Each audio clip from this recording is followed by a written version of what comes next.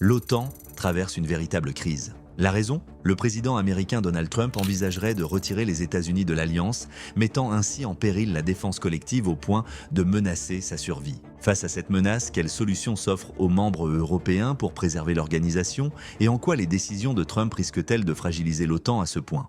Tout a commencé à la mi-février 2025. Le 15 février, Politico a révélé qu'une délégation de hauts responsables de l'administration Trump se rendait en Arabie Saoudite pour des négociations de paix sur la guerre en Ukraine. Quelques jours plus tard, une réunion s'est tenue avec 3 représentants américains et 3 délégués russes. Du côté américain, on retrouvait le secrétaire d'État Marco Rubio, le conseiller à la sécurité nationale Mike Waltz et Steve Witkoff. Ce dernier, décrit par la BBC comme une inconnue, était pourtant l'émissaire que Trump avait envoyé à Moscou une semaine plus tôt pour rencontrer le président russe Vladimir Poutine.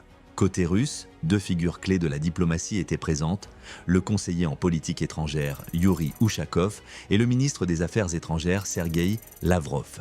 Ils étaient accompagnés de Kirill Dmitriev, directeur du Fonds d'investissement direct de la Russie. Ce dernier a rejoint les discussions plus tard, lorsque les pourparlers entre les États-Unis et la Russie se sont tournés vers des questions économiques pour l'avenir. Vous avez sans doute remarqué des absences surprenantes parmi les participants à ces négociations de paix sur la guerre en Ukraine. Aucun représentant ukrainien ne s'est rendu en Arabie Saoudite.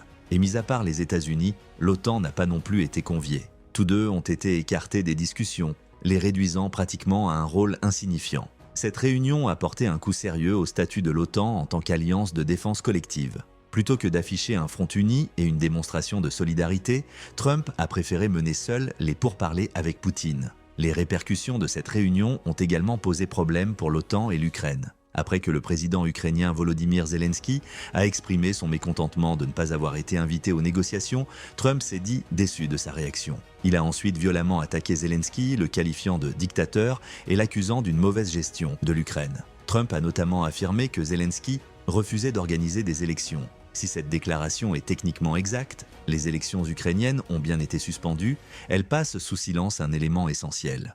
L'Ukraine est sous loi martiale depuis l'invasion russe de février 2022. Or, dans la plupart des pays, un tel état d'exception entraîne automatiquement le report des élections jusqu'à la fin de la crise. La guerre en Ukraine étant toujours en cours, ces échanges verbaux suscitaient des inquiétudes au sein de l'OTAN. Ils laissaient entendre que la plus grande puissance de l'Alliance semblait changer de cap. Au lieu d'apporter son soutien à l'Ukraine, comme le font les autres membres, les États-Unis semblaient au contraire la provoquer. Encore plus préoccupant pour l'OTAN étaient les rapports indiquant que Washington et Moscou avaient profité de leurs discussions pour évoquer la possibilité d'un projet énergétique commun en Arctique. Selon Politico, Dmitriev a précisé que ces échanges restaient généraux, bien qu'ils incluent certains domaines spécifiques de coopération potentielle entre les deux pays. Là encore, cela marquait une rupture avec la ligne de conduite de l'OTAN. La plupart de ses membres, y compris les États-Unis, ont imposé des sanctions à la Russie depuis l'invasion lancée par Poutine. Jusqu'à l'appel de Trump à Poutine, l'idée d'une reprise des relations commerciales n'était même pas envisagée. Désormais, avec ces discussions qui émergent, l'OTAN s'inquiète de ne pas être associée à des négociations pouvant impacter la sécurité de nombreux de ses membres. Tout cela renforce l'impression que Trump cherche à faire porter la responsabilité de la guerre en Ukraine non plus à Poutine, mais à Zelensky. Il l'a d'ailleurs affirmé sans détour. S'adressant aux journalistes depuis sa résidence en Floride après la réunion, il a réagi aux propos de Zelensky, qui déplorait de ne pas avoir été invité. « Aujourd'hui, j'ai entendu « Oh, on n'a pas été invité » à lancer Trump. Eh bien, cela fait 3 ans que vous êtes là. Vous auriez dû y mettre fin il y a 3 ans. Vous n'auriez même jamais dû laisser cette guerre éclater. Vous auriez pu négocier un accord. » Plusieurs autres actions des États-Unis depuis cette réunion ont également fragilisé l'objectif de l'OTAN de présenter un front uni face à d'éventuels agresseurs. Par exemple, le 4 mars, Trump a suspendu toute aide militaire américaine à l'Ukraine après une réunion tendue avec Zelensky à la Maison-Blanche. Cette décision implique que toutes les livraisons non encore arrivées en Ukraine, y compris celles déjà en transit, seront mises en attente le temps que Trump réévalue l'engagement des États-Unis dans le conflit. Le lendemain, Washington a également annoncé avoir demandé à ses alliés de l'OTAN de ne plus partager avec l'Ukraine les renseignements fournis par les États-Unis. Cela prive Kiev d'informations cruciales pour cibler les positions russes. Mais ce geste envoie aussi un message clair à l'OTAN. Les États-Unis, membres dominants de l'Alliance, attendent une obéissance sans faille.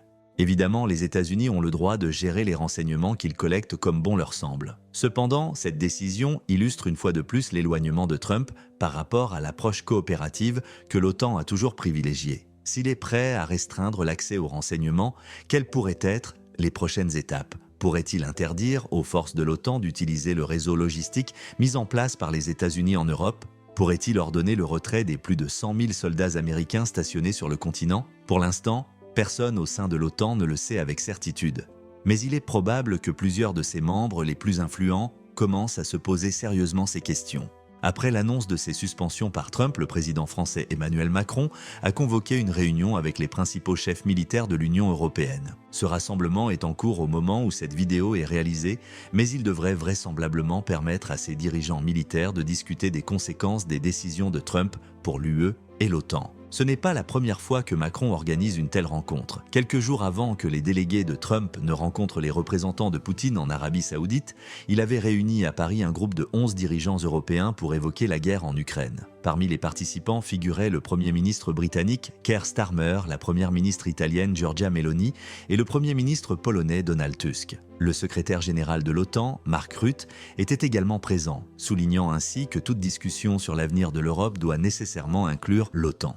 On constate ici une division évidente. Sous Trump, les États-Unis suivent leur propre voie, tandis que le reste de l'OTAN, en particulier ses membres européens, tente de se coordonner en réaction aux décisions américaines. Or, une alliance de défense collective n'est pas censée fonctionner de cette manière. Si chaque pays membre de l'OTAN conserve logiquement son indépendance en matière de politique intérieure, l'organisation a toujours affiché une position unifiée sur les questions de guerre. Cette dynamique a été bouleversée sous la présidence de Trump. Mais cela signifie-t-il que Trump a signé l'arrêt de mort de l'OTAN? Il est un peu prématuré de parler de la mort de l'OTAN, estime Samantha de Bendern, ancienne responsable politique de l'Alliance et senior fellow à Chatham House, lors d'un débat sur le sujet organisé par France 24. Il est clair qu'elle est affaiblie, je dirais même qu'elle souffre d'une sorte de maladie auto-immune, car la menace qui l'affaiblit vient de l'intérieur, de son allié le plus puissant. Et c'est bien là tout le problème pour l'OTAN. Les récentes décisions de Trump n'ont pas démantelé l'OTAN en un instant, mais elles sapent progressivement ce qui fait de l'Alliance une force de dissuasion efficace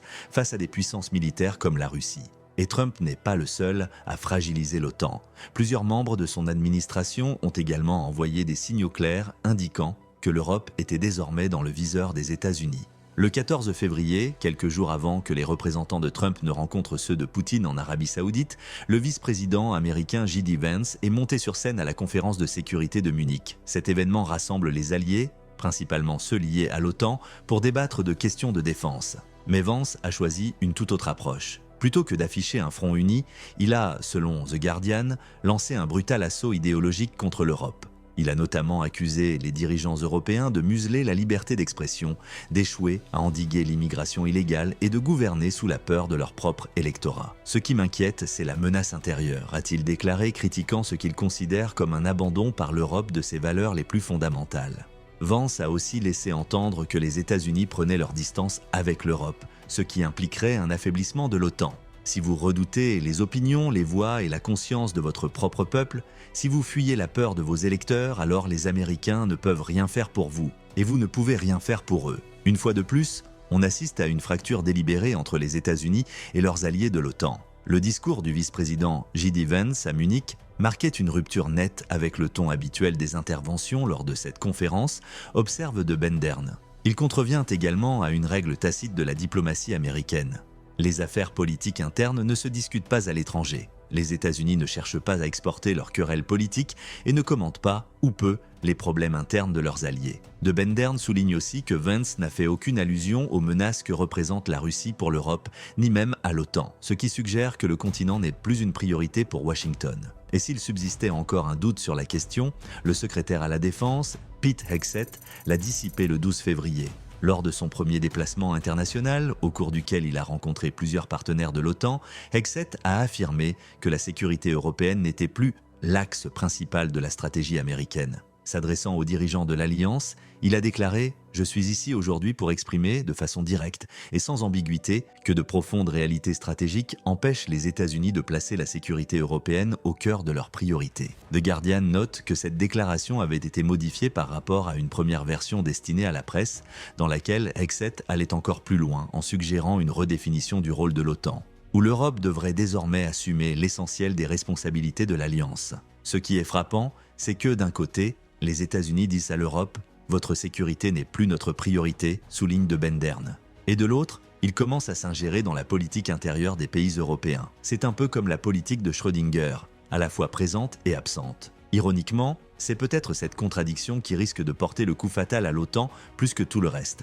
L'approche de l'administration Trump envers l'Europe semble destinée à laisser le continent en stase. Les dirigeants européens de l'OTAN ne peuvent pas avancer dans leur politique sans l'implication des États-Unis. Cela coupe essentiellement l'OTAN en plein dans les jambes, en créant un sentiment de division qui joue en faveur de Poutine. C'est quelque chose que l'OTAN doit contrer, selon l'ancien commandant des forces de défense d'Estonie, Rio Terras. S'exprimant à France 24, il a expliqué que les sommets convoqués par les dirigeants européens suite aux actions de Trump devaient délivrer un message clair. Il est important de s'assurer que le message qui ressortira de cette réunion sera très unifié, que l'OTAN fera preuve de détermination et d'unité, déclare Terras. L'autre chose à vérifier, c'est que Poutine croit en l'OTAN, car l'OTAN n'est aussi fort que ses ennemis le lui permettent. Ce genre d'unité sera difficile à démontrer lorsque le plus grand membre de l'OTAN semble se diriger dans le sens opposé aux 30 et un autres États de l'Alliance. D'autres politiques de Trump pourraient également impacter l'OTAN dans les mois à venir. Par exemple, Trump avait laissé entendre qu'il pourrait appliquer des tarifs douaniers à l'UE le 3 février. Il a déjà appliqué un tarif de 25% au Canada, un autre allié de l'OTAN. La suggestion concernant l'UE étant alimentée par le mécontentement de Trump envers le bloc. Ils n'achètent pas nos voitures, ils n'achètent pas nos produits agricoles, ils n'achètent presque rien et nous leur achetons tout. Des millions de voitures, des quantités énormes de produits alimentaires et agricoles, a déclaré Trump à des journalistes en Floride. La BBC a ensuite demandé s'il envisageait d'utiliser les tarifs pour remédier à ces problèmes. Trump a répondu qu'il n'y avait pas de calendrier, mais que ce serait assez prochainement. Quelques semaines plus tard, Trump a précisé le sujet. Il a affirmé que l'UE avait été formée pour baiser les États-Unis. C'est là son but. Et ils l'ont très bien réussi, mais maintenant je suis président. Une analyse du Kiel Institute du 27 février sur ce que les tarifs de 25% menacés par Trump prédit de mauvaises nouvelles pour l'UE et, par extension, pour les alliés de l'OTAN américains. Le think tank allemand estime que les exportations de l'UE vers les États-Unis diminueraient de 15 à 17%, entraînant une contraction significative de 0,4% de l'économie européenne. Les États-Unis ne resteraient pas indemnes, leur économie se contracterait aussi de 0,17%. Et ils pourraient également faire face à des représailles tarifaires de l'UE. Tous ces éléments s'additionnent. Trump critique Zelensky tout en suspendant l'aide à l'Ukraine. Des membres de son administration ont attaqué l'Europe et ont clairement indiqué que le continent, où se trouvent la plupart des membres de l'OTAN, n'est plus une priorité. Trump menace même de nuire à l'UE, ce qui nuit par ricochet à l'OTAN en imposant des tarifs douaniers. La réunion américaine avec la Russie, sans la présence de représentants de l'OTAN ou de l'Ukraine, est l'une des nombreuses coupures qui semblent destinées à affaiblir l'OTAN. Peut-être que de Bendern a raison, l'OTAN pourrait souffrir d'une maladie auto-immune appelée États-Unis, qui le détruit de l'intérieur. La question est désormais simple, pourquoi Trump semble-t-il vouloir tuer l'OTAN ? Trump est sceptique à l'égard de l'OTAN depuis plusieurs années. Brookings l'avait déjà souligné en 2017, notant que Trump s'était plaint auprès des dirigeants européens du non-respect par leur pays de l'objectif de 2% du produit intérieur brut, PIB, consacré à la défense, objectif recommandé plutôt qu'imposé. Mais le premier mandat de Trump a montré que l'afflux de capitaux au sein de l'OTAN était toujours dans ses préoccupations. Trump a correctement identifié les États-Unis comme le principal acteur de l'OTAN et sa plus forte ressource financière. Son mécontentement à l'égard des autres membres pouvait être perçu comme une tentative de les pousser à dépenser ce qu'il estimait nécessaire. On pourrait soutenir que c'était justifié. En 2017, les États-Unis représentaient 71,7% des dépenses combinées de l'OTAN, alors que seuls quelques membres atteignaient l'objectif de 2% du PIB. La situation a évolué depuis. En 2024, 23 des 32 membres de l'OTAN atteignaient l'objectif de 2%, démontrant que les membres européens de l'organisation prenaient au sérieux les dépenses de défense. On pourrait penser que cela amènerait Trump à modérer sa position sur l'OTAN. Sa critique a certes joué un rôle dans cette augmentation des dépenses, conjuguée à la guerre en Ukraine, qui devrait rendre le président américain plus satisfait lors de son second mandat. Mais ce n'est pas le cas. L'ancien président Joe Biden avait accusé Trump d'être anti-OTAN en 2024. Il avait déclaré « Quand l'Amérique donne sa parole, cela a de l'importance. Quand nous nous engageons, nous le tenons. Et l'OTAN est un engagement sacré. » Donald Trump considère cela comme un fardeau. Ces propos sont intervenus après que Trump eut affirmé qu'il laisserait Poutine faire ce qu'il voulait avec les membres de l'OTAN qui ne payaient pas leur part, montrant ainsi que la division menaçant désormais l'OTAN existait aux États-Unis avant même que Trump ne commence son second mandat. Aujourd'hui, l'allié de Trump, Elon Musk, appelle à ce que les États-Unis quittent l'OTAN. Il a été rejoint dans ses appels par certains politiciens républicains, dont le sénateur de l'Utah Mike Lee. Trump avait lui-même évoqué à nouveau la question des dépenses de l'OTAN quelques semaines avant de prendre ses fonctions. Le 8 janvier, il avait affirmé que l'objectif de dépenses en pourcentage du PIB de l'OTAN devrait être porté à 5%. L'ancien collaborateur de Trump, John Bolton, pense que cette déclaration pourrait être la manière de Trump de préparer le retrait des États-Unis de l'OTAN. Maintenant, il dit qu'il faut dépenser 5% du PIB en défense, avait déclaré Bolton à la chaîne britannique LBC. Mais je soupçonne qu'il y a presque aucun pays en Europe, peut-être les pays baltes, la Pologne et quelques autres, qui ira jusqu'à 5%.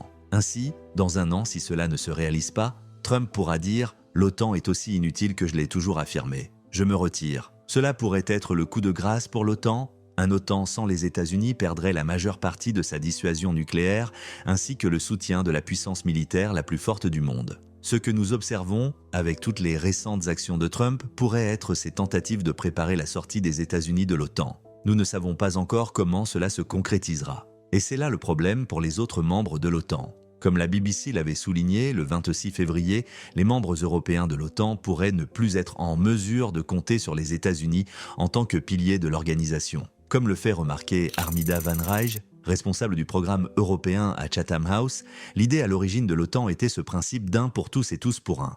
Et cela a été brisé. Alors, si Trump cherche vraiment à détruire l'alliance OTAN, l'Europe doit trouver une réponse à une question cruciale.